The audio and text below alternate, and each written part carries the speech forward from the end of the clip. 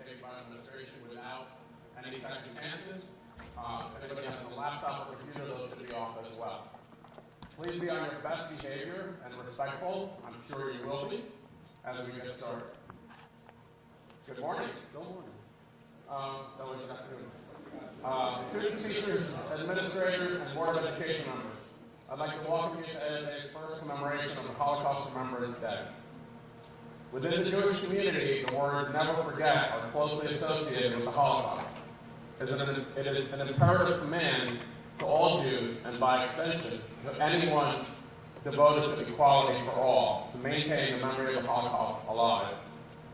Yet as we enter 2023, we are all witnessing a disturbing trend in the rise of anti-Semitism and Holocaust denialism. According to the Anti-Defamation League, an organization that works to track and prevent anti-Semitism, as well as persecution of other groups, anti-Semitic incidents reached an all-time high in the United States in 2021, the last full year for which they have data, with a total of 2,717 incidents of assault, harassment, and vandalism reported to the ADL. This represents the highest number of incidents on record since the ADL began tracking anti-Semitic incidents in 1979, an average of 7 incidents per day, and a 34% increase year to year. From August 11th to August 12th, 2017, the Unite the Right rally was a white supremacist event that took place in Charlottesville, Virginia, which included members of the alt-right, neo-Confederates, neo-fascists, white nationalists, neo-Nazis, Klansmen, and far-right militia. Some groups chanted racist and anti-Semitic slogans and carried Nazi and neo-Nazi symbols. These formerly radical beliefs have entered mainstream America. On any given day, we witness acts of anti-Semitism and Holocaust denialism on television and social media. This is why these programs and these classes have become increasingly important and continue to be pertinent and relevant.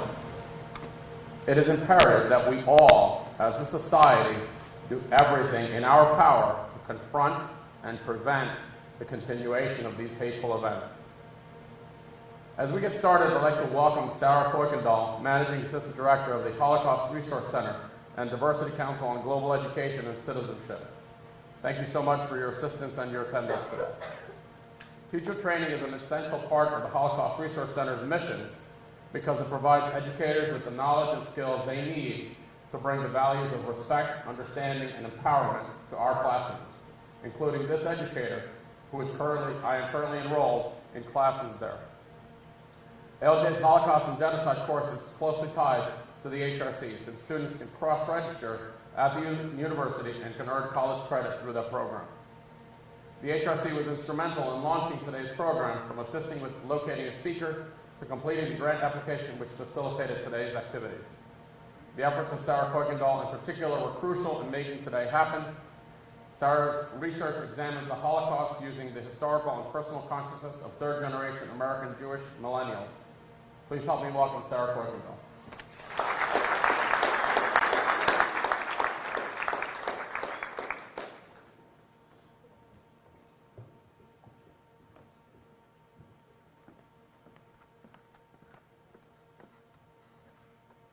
Hello. My name is Sarah Kuykendall, and I'm the Managing Assistant Director of the Holocaust Resource Center and Diversity Council on Global Education and Citizenship of Kane University. I would like to thank Mr. Freddie Reyes, Ms. Olivia Miller, and Ms. Sarah Oliveira for inviting me to be here with you all today. The Holocaust Resource Center, founded in 1982 by local survivors of the Holocaust, provides education and resources for students, teachers, and community members on the Holocaust and other genocides. Through our post-baccalaureate certificate on teaching the Holocaust and prejudice reduction, we have trained several educators at Clark Public Schools on these important topics. Arthur L. Johnson High School students also have the opportunity to earn college credit through our course Holocaust, Genocide, and Modern Humanities. As one of the original schools to participate in this program, your classmates join the more than 350 students each year that partake across 40 districts. Taught previously by Mr. Frank Stebbins and Mr. Chris Roberts, and now taught by Mr. Freddie Reyes, this partnership with your district is a pivotal piece of the HRC's mission. Mr. Reyes, thank you for organizing today's program for the students and for your colleagues. You are an incredible asset to the district, and I hope they are just as proud of you as we are. Clark's longstanding commitment to Holocaust and diversity education is shown through your continued membership in the Diversity Council, and we are beyond appreciative of your support. 78 years ago, on January 27, 1945, Auschwitz-Birkenau was liberated. We now commemorate this date as International Holocaust Remembrance Day. Our purpose is to honor the 6 million Jews and millions of others that lost their lives at the hands of the Nazis between 1933 and 1945. We are honored to be joined by second-generation survivor of the Holocaust, Dr. Borden. Dr. Borden is a retired OBGYN from Bergen County. His presentation today will recount how his parents escaped the Holocaust. After graduating from Temple University, Dr. Borden attended Philadelphia's Medical College, today the Drexel University Medical College, where he received his MD. He continued his training as a physician at the Sinai Hospital of Baltimore, where he completed his residency. Following a stint as a major in the U.S. Air Force, Dr. Borden was in private practice until 2013 in Bergen County, in addition to holding various positions at Englewood Hospital and Medical Center and other local institutions. From 2014 to 2017, he was a physician at the Bergen Volunteer Medical Institute, a frequent presenter on medical conferences relating to his specialty. Dr. Borden was a fellow of the American College of Obstetrics and Gynecology and is since a Life Fellow. The demise of his own parents and the survivor generation has compelled Dr. Borden to take up where they left off, transmitting their story and its lessons to young people. To that end, he has already spoken at local universities and school districts. Dr. Borden, we cannot thank you enough for being here today, and welcome. Thank you.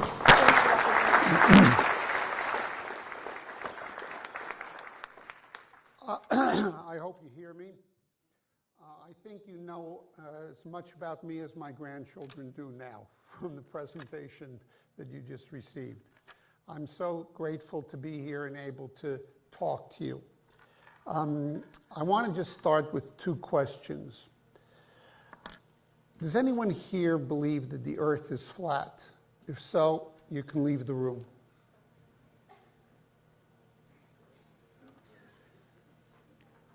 Does anyone here believe that the Holocaust did not occur? Because you too can leave the room. Okay, I'm glad you're here and staying. So if I can have the first slide, please. The term Holocaust literally means a fire that causes total destruction. Today it refers to the systematic mass murder of European Jewry by the Germans. Some believe it started in 1938. Next slide, please. In 1938, the second line is when Kristallnacht, November 9th and 10th, occurred. It's the night of the broken glass. Tons of shattered glass in the cities of Germany and Austria. Hundreds of Jews were killed.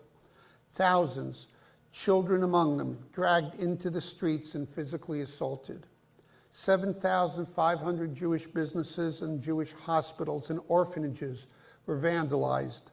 1,100 synagogues were burned. Others, like me, assert that the Holocaust actually started on the first line in January of 1933 when Hitler and the Nazi or National Socialist Party took over the governmental control in Germany and began implementing laws against the Jews. Jews could not own businesses. Jewish children could not go to school after 4th grade. Curfews were set for Jews. They could not eat at restaurants, nor could Jews sit on park benches. No Jewish professors or teachers were allowed, and more. In total, 12 years of Nazi control dominated Germany. Jews were thought of as cockroaches. It's an actual term used against Jews during this period of time, cockroaches. Also, it should be noted, and I'll talk about this later, that what is known as the final solution, or the extermination of all Jews in Europe, did not actually come into existence until 1942, but it happened well before that. In my mind, the Holocaust is more than European or Jewish history. It's human history. Hitler did not originate anti-Semitism, and it did not disappear with his suicide or Germany's defeat in World War II. It exists today. Before I get started on my family stories, I recently learned about these statistics. 94% of Americans polled by Gallup after Kristallnacht disapproved of German treatment of Jews. Still, 54% of Americans agreed that the persecution in Jews was partly the fault of the Jews. 11% believed it was entirely the fault of Jews. 67% of Americans opposed the bill then in Congress that intended to admit Jewish children refugees from Germany, but the bill never came up for a vote. When the ship, I don't know if you've ever heard of it, the St. Louis, came with 936 Jewish refugees to try to come into the United States, the ship was not allowed to enter into any port. The ship had to return to Europe. Of those 900 and some Jewish refugees, about 300 were eventually murdered by the Germans. I am the son of two survivors of the Holocaust.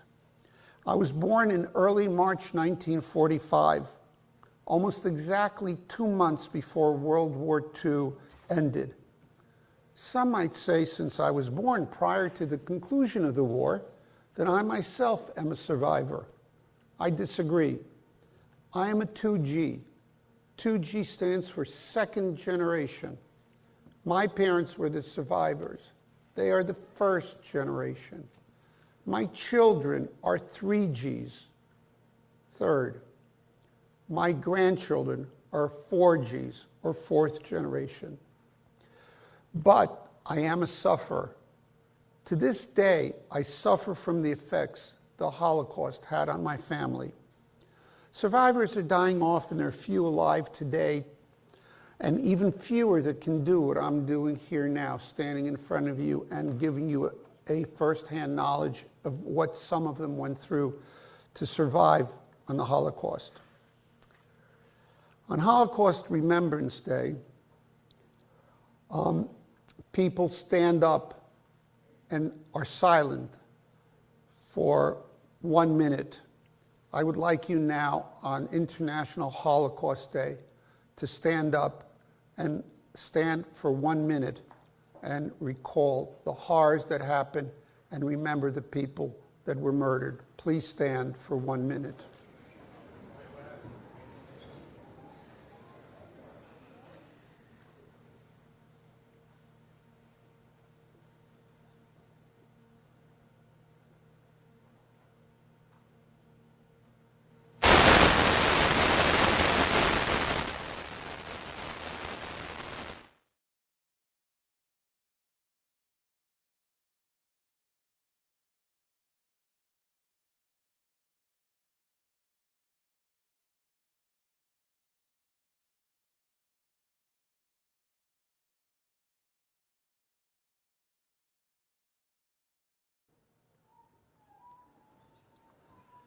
So, let me write something about my story, my family's story. I hope you're able to see this.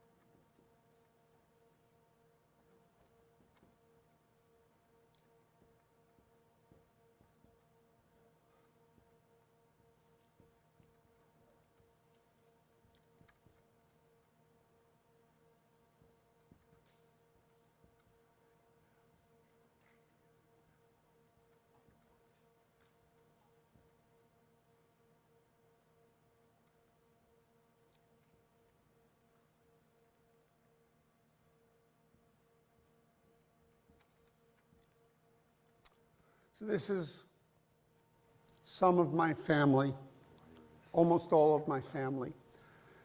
Over here is my fraternal, or I should say not fraternal, I'm sorry, paternal grandfather, whose name was Morris, my paternal grandmother, whose name was Henna. They had 4 children, Rosa, Rala, Roman, my father, and Adam. Roman and Adam were identical twin brothers. This is my mother's side of the family. Herschel and Blima, my maternal grandfather, maternal grandmother. They had 6 children, Edmund, Anna, Franja, Marian, and Mina, my mother. Anya had a son, believe it or not, whose name was Jersey. My family lived in Łódź, Poland. My mother and father got married in 1938. My father was a lawyer, my mother was a pharmacist. Łódź was Poland's second largest city. Over 250,000, 250,000 Jews lived there. Warsaw, the capital of Poland, was the largest city, and over 500,000 Jews lived in Warsaw. In total, Poland had 3 million Jews. In fact, Łódź, the city my family was from, had more Jews than Great Britain, France, or even Germany in 1939 when the war started. The reason why it had more Jews than Germany was because from 1933 on, there was laws against Jews, and many Jews escaped to other countries, to Belgium, to Holland, France. If you know the story of the Diary of Anne Frank, she and her parents were German, and they escaped to Amsterdam, only later to be murdered.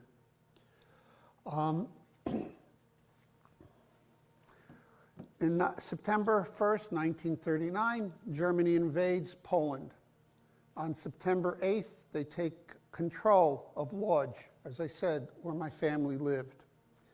In September of 26, only a couple of weeks after the Germans invaded Poland, Germany and the USSR make a pact. It's called the Molotov and Ribbentrop Pact. Next slide, please. They divided Poland in half. The eastern half, the one in the light brown, belonged to the Soviet Union. The bluish part belonged to Germany.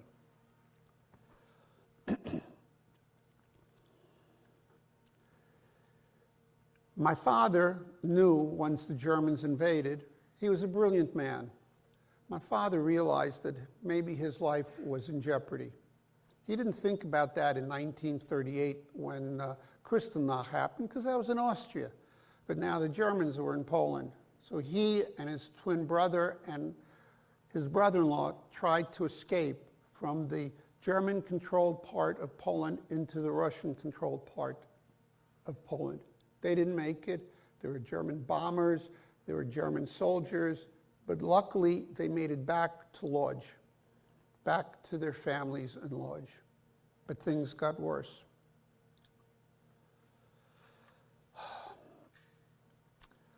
In a few weeks after the ghetto in Łódź was established, a couple weeks after the Łódź ghetto was established, 2 German SS officers break into my parents' apartment. I don't know if there's anyone here who's Jewish, but if you know what a mezuzah, it's a ceramic tile where inside you have a scroll, psalm, that you put on the doorpost of your house. Most Jewish families have that mezuzah.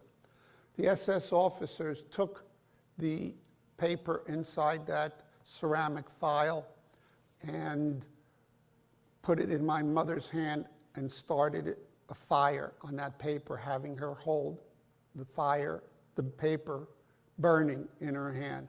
My father tried to help her to get it out, and the Germans beat him to a pulp. They left my father on the floor. My mother finally was able to get rid of the burning paper, but with scars on her hand, and the SS officers left their apartment telling him that in a few days they would be back to take all of their furniture. My father knew that now they had to escape. My mother didn't want to go. But first of all, you have to understand that leaving the rest of the family behind, who wants to do that? But no one thought of the possibility that they would never see each other again. You thought, okay, there's a war, 2, 3 years, it'll be over, we can reunite. But no one had any imagery of what was going to occur. My mother didn't want to go. She didn't want to leave her family. Finally, when Jews were forced to wear yellow Star of Davids onto their clothes, she relented, and my father and mother took off trying to get into the Russian sector of Poland. Let me talk, before we finish with the slide, about the rest of the family. Please note that I use the word murdered. I use the word died. I don't use the word killed.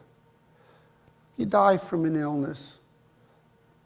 God forbid someone gets killed in a car accident. But these people were murdered in various ways. My paternal grandmother and grandfather were over 65 years of age.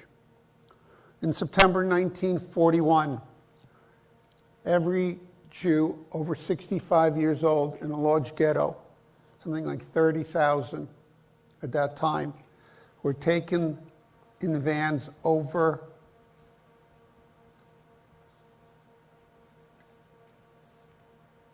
over 12 days to a camp called Helmno. My grandparents were left in the van, and the carbon monoxide from the exhaust of the van went into the back, where there were several hundred Jews in each van, and they were murdered by carbon monoxide poisoning. And their bodies were put in a mass pit grave. September 12th, 1941 is the date that happened to my paternal grandparents.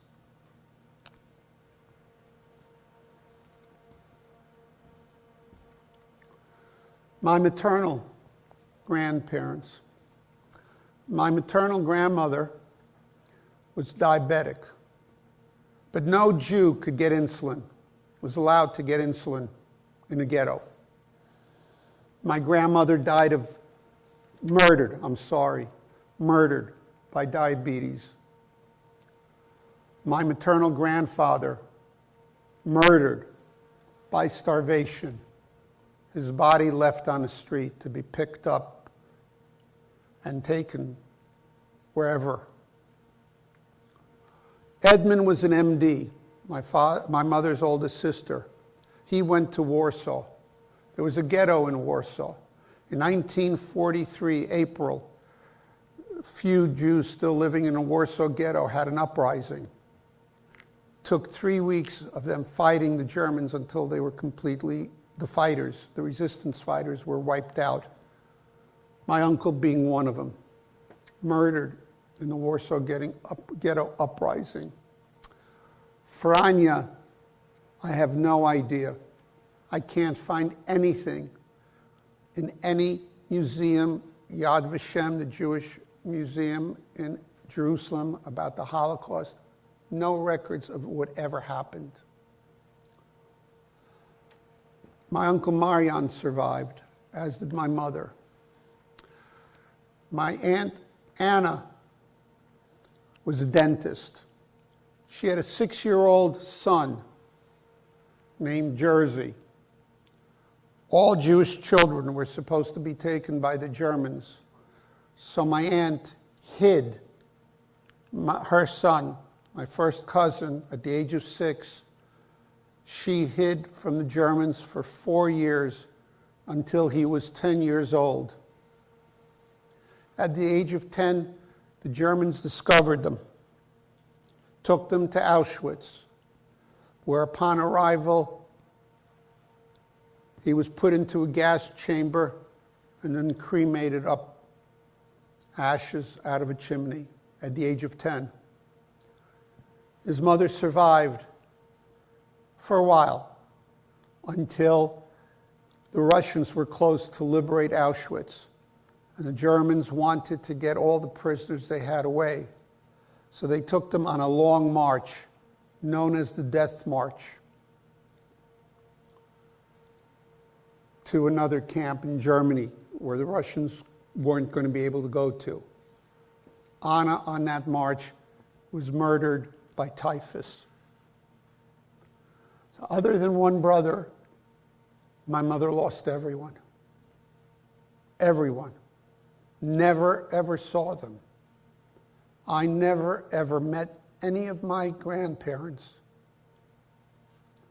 My father had luck, in a way. His oldest sister had gone to Palestine well before the war started. My other Aunt Rala, with my father and my mother, survived together, and I will explain how in just a little bit. And my father's twin brother survived as well. So all of my father's siblings survived, but his parents were murdered. So, how did they survive? Well, my father and mother had to go again and try to escape into the eastern section of Poland, and this time they were successful. They bribed 2 men that had a small boat, put them on the boat, and crossed what's called the Bug, B-U-G River, which separated the German part to the Russian part. They escaped into the Soviet-occupied part of Poland, where for a couple of months they were in a small hut,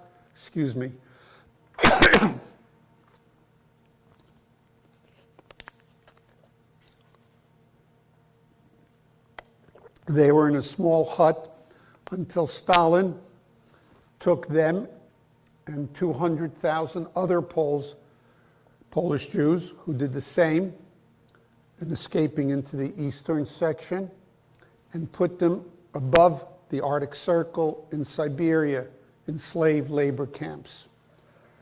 Slave labor camps. I told you that my father was an attorney, my mother was a pharmacist. Now they were lumberjacks.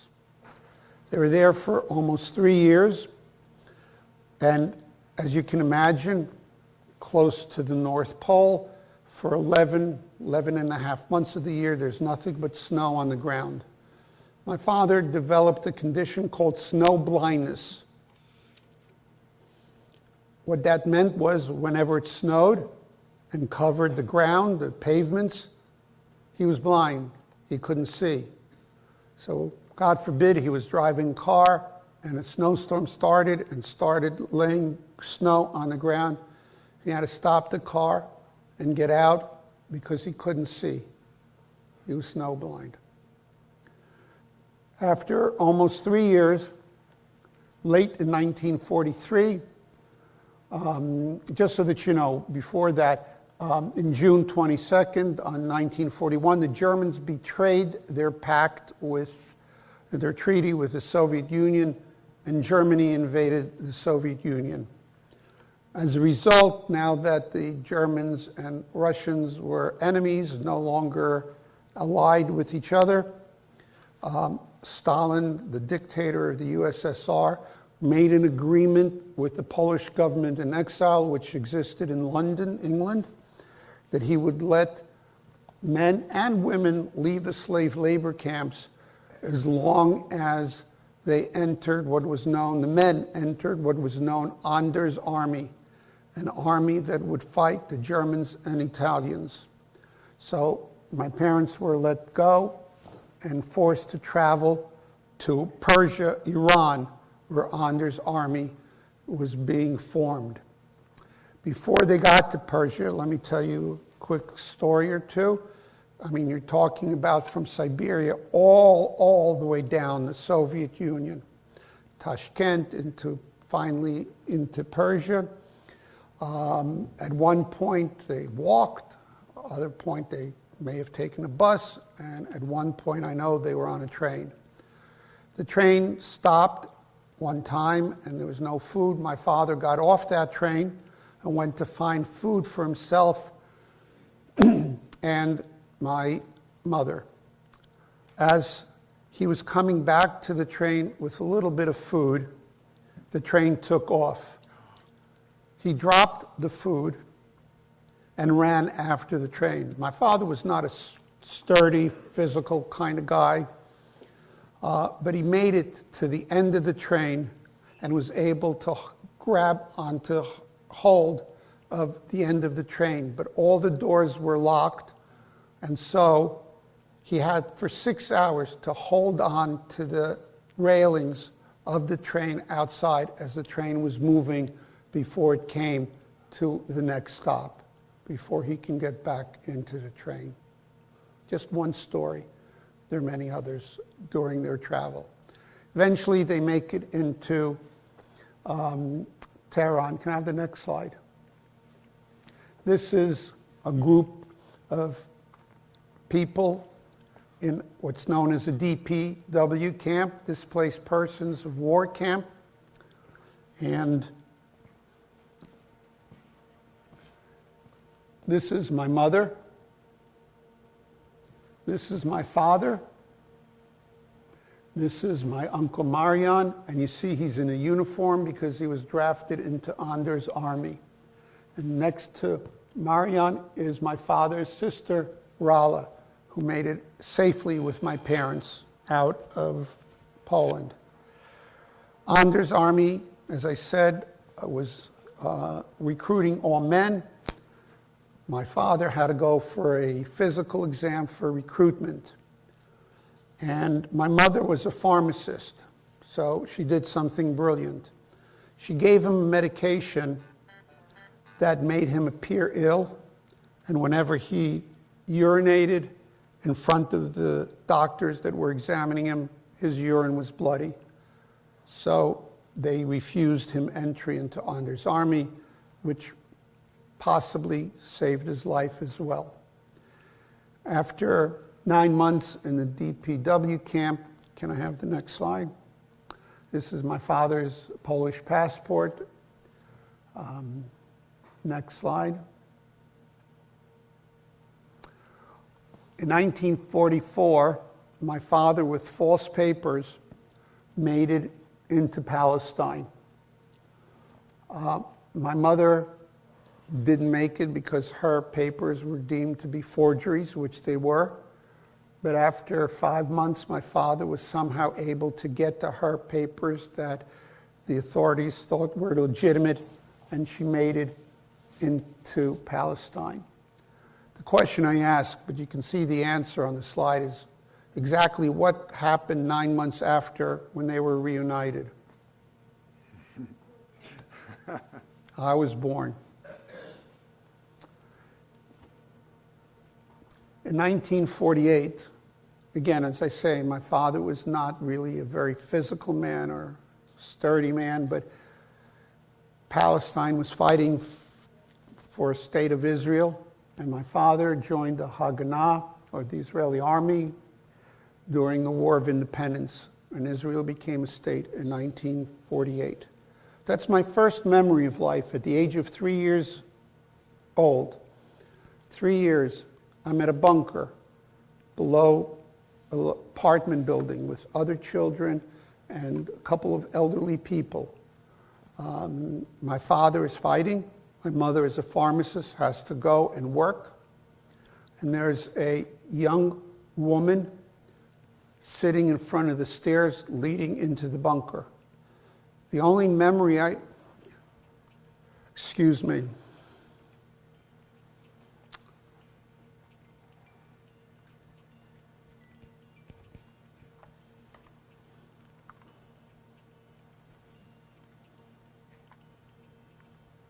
I apologize.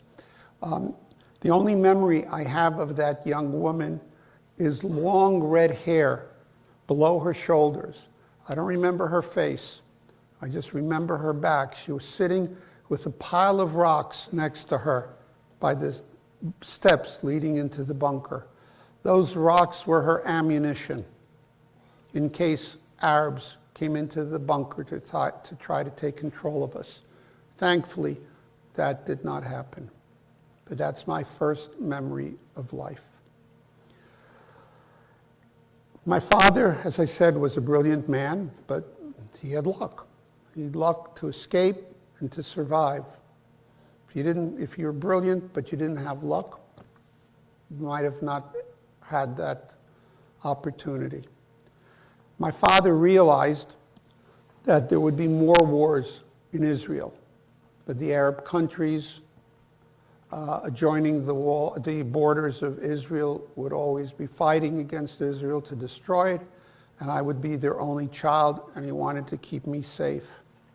So he had an uncle who had immigrated to the United States in the early 1900s, around 1904 or 1905, I don't remember the exact year, who had started a textile mill in Paterson, New Jersey. And his uncle sponsored us on a Polish quota, and we emigrated to the United States in 1951. My parents were sick during the trip across the Atlantic Ocean on a ship called the Ile-de-France. It's a very famous ship. I don't know that you've ever heard of it, but earlier generations certainly will have known it. In any event, I, as a 6-year-old, had a run of the ship. My parents, third-class passengers, didn't, but they were seasick, so they never left their small, tiny, tiny little cabin. But I was able to have a run of the ship. And I was fortunate because on the day we came into the New York harbor, I actually happened to be on the deck overlooking the pier and the harbor as we coming into New York City. Guess what was the first thing I saw? Anyone have any idea what was the first thing I saw? Exactly right. The Statue of Liberty. Most magnificent statue. Now, I didn't know what it was called. I didn't know at that time what it represented. But this is what the United States gave me. Liberty. So that first vision has empowered me throughout my life and has wanted me to aid my country, the United States, in all the ways that I can. We made it into New Jersey, as I said, Paterson. Can I have the next slide? This is the passports to the United States of my parents and me. Next slide. Again, this is me as a young child. I think I've changed a little. Next slide. I've been married for 57 years, almost 57. In June it'll be 57 years. I always tell my wife, who I've been married to for almost 57 years, that I had a first wife before her. I actually got married when I was 21 to my present wife. And I always show this picture of my first wife. Actually, this is a cousin who lived across the street from me in Tel Aviv. I was 6 years old and she was 5 years old. And it was Purim, which is a Jewish holiday where children get dressed up in costumes. So her parents and my parents dressed us as bride and groom at the age of 6 and 5. I'm wearing payas, but they're really glued on. Payas are the hair that you see coming down below the ear, but I actually never had them. They were just put there to make me look like I was a very, very religious Jew. But so I tell people that was my first wife. Next slide, please. This is when I'm 7 years old with my parents. And the next slide. This is my parents about 2 years before my dad passed away at the age of 69. My mother lived until she was 92. So grew up here in the United States. As you've heard, I went to medical school, residency, and then I served during Vietnam in the Air Force in Texas. Let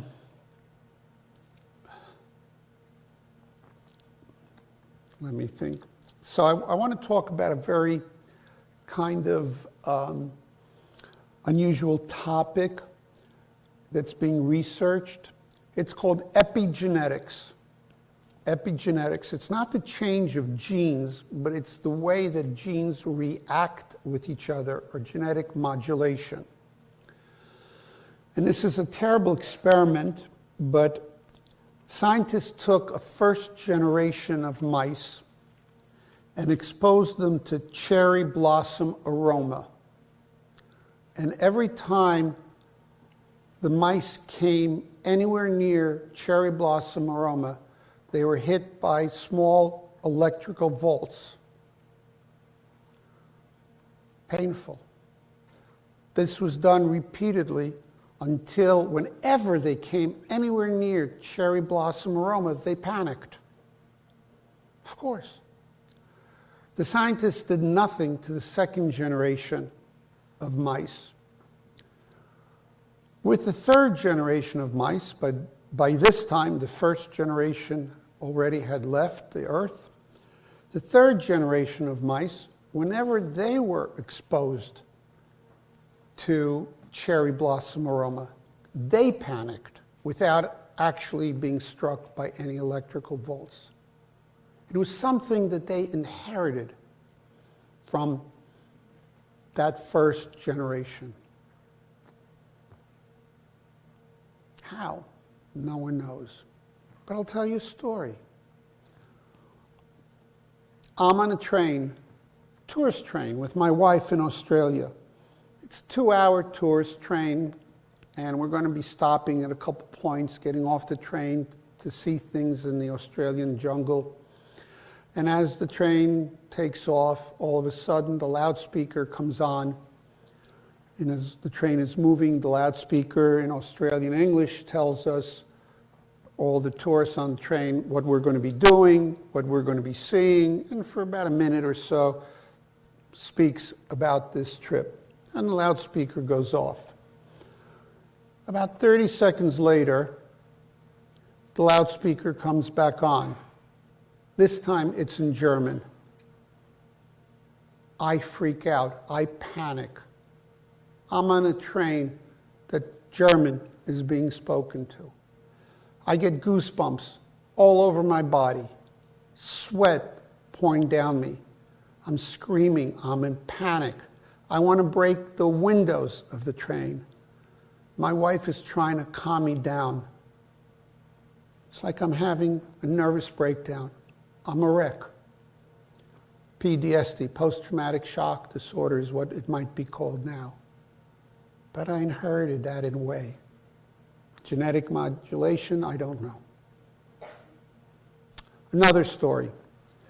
One of my mother's aunts and uncles were very, very wealthy. When they tried to escape, they had a car.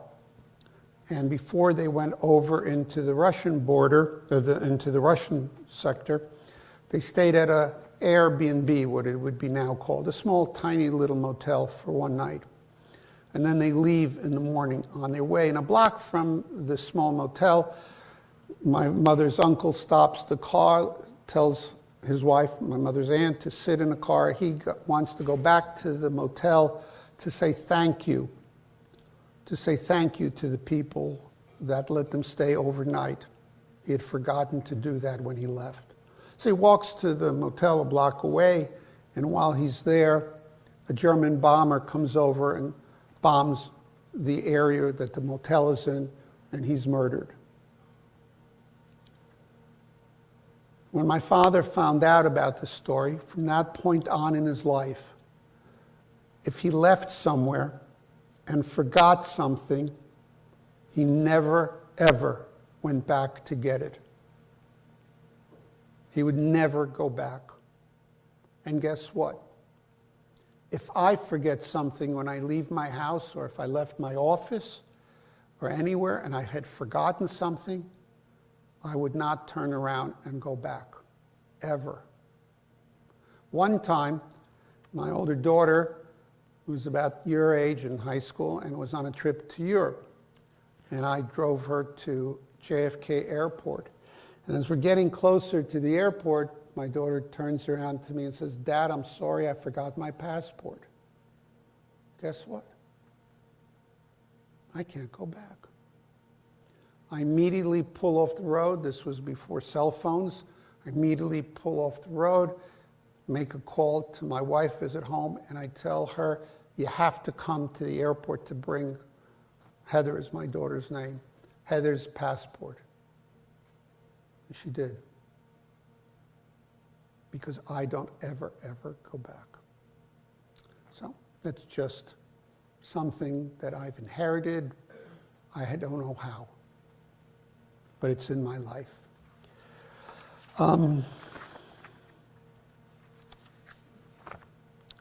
So there's so much more to say, but we're running a little bit out of time. I just want to kind of summarize. I believe the lessons of the Holocaust are these. First, if an enemy of our people says he or she seeks to destroy us, believe him or her. Don't doubt him or her for a moment. Second, when a Jew anywhere in the world is threatened or under attack, do all in your power to come to his or her aid. Third, a Jew must learn to defend him or herself. You must forever be prepared for whatever threat looms. Fourth, Jewish dignity and honor must be protected in all circumstances. Fifth, stay united in the face of the enemy. Sixth, as you've heard in the introduction today, anti-Semitism is on the rise today. Anti-Semitism comes from religions, politicians, both left and right, from all directions. There's a pattern to Jewish history. In our long annals as a nation, we rise, we fall, we return, we are exiled, we are enslaved, we rebel, and again we suffer destruction, climaxing in my lifetime, the Holocaust, and then followed by the rebirth of the Jewish state, Israel. I'm not a Holocaust survivor, nor are you, but we are survivors of its history. The grief that my parents and their generation lived through. My parents and other survivors were never, ever really free after the Holocaust.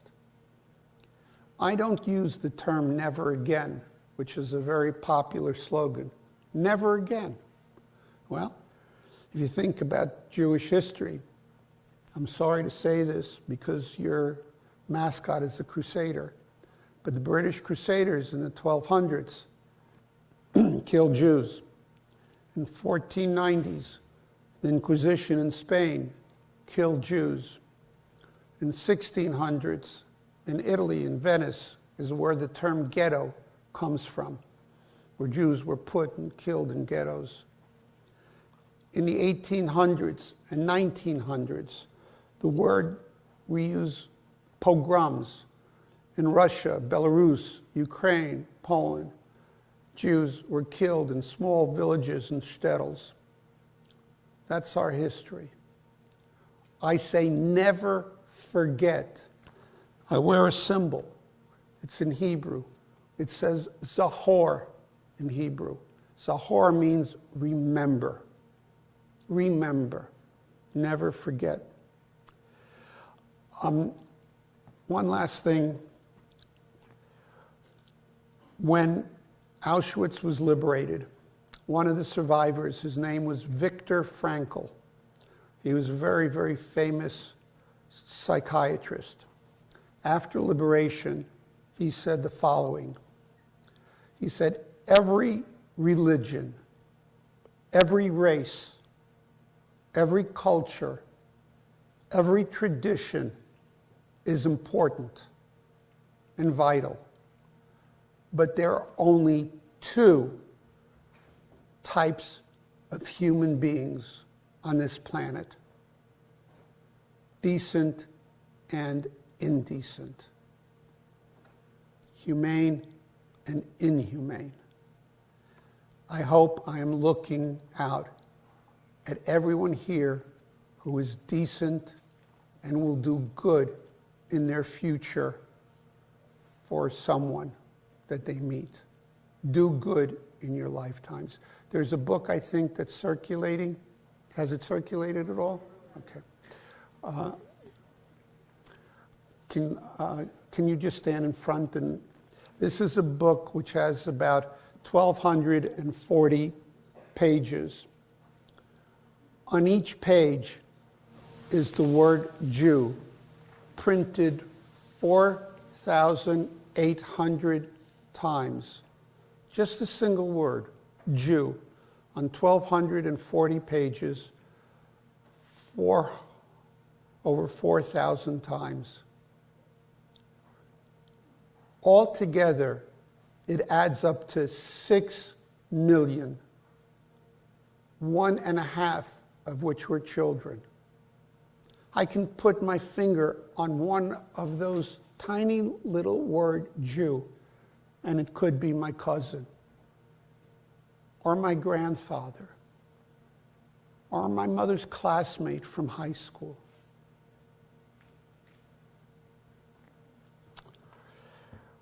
So please pass what I am trying to teach you on to your friends, to your families, and to your future children. Be good people and do well. Thank you very much.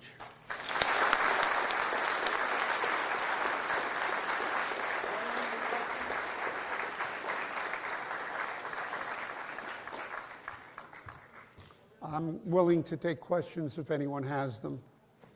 Anybody have any questions? No? All right. Thank you. Thank you, Dr. Borden. Let me just take this.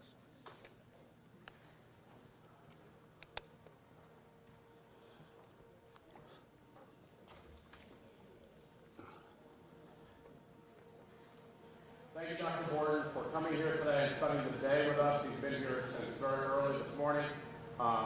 Mrs. Kuykendall had to leave, but she is our Holocaust Resource Center advocate. She's been amazing in this. Their presence today is a testament to their devotion to never forget and to continue resisting anti-Semitism and hate every day. We are deeply grateful for their time and contribution. It is very hard for us to understand the magnitude of the Holocaust. That book is one way, but it is very challenging to think of 6 million Jews and millions of others who perished in that. But as you walk around school today, you saw butterflies hanging over virtually every single classroom. You know that over 1,000 butterflies were colored by you and the underclassmen? There were 1.5 million children who perished in the Holocaust. That means that despite the fact that there are 1,000 butterflies, each butterfly represents 1,500 children who lost their lives during that time. Think about that for a minute. I hope you found today's presentation helpful, hopeful, and informative. And I hope in whatever you do, don't be a bystander. Be an upstander. Make a difference in the world. Thank you for your excellent behavior and for being here today. Ms. Oliveira and Ms. Passe will dismiss you. Thank you.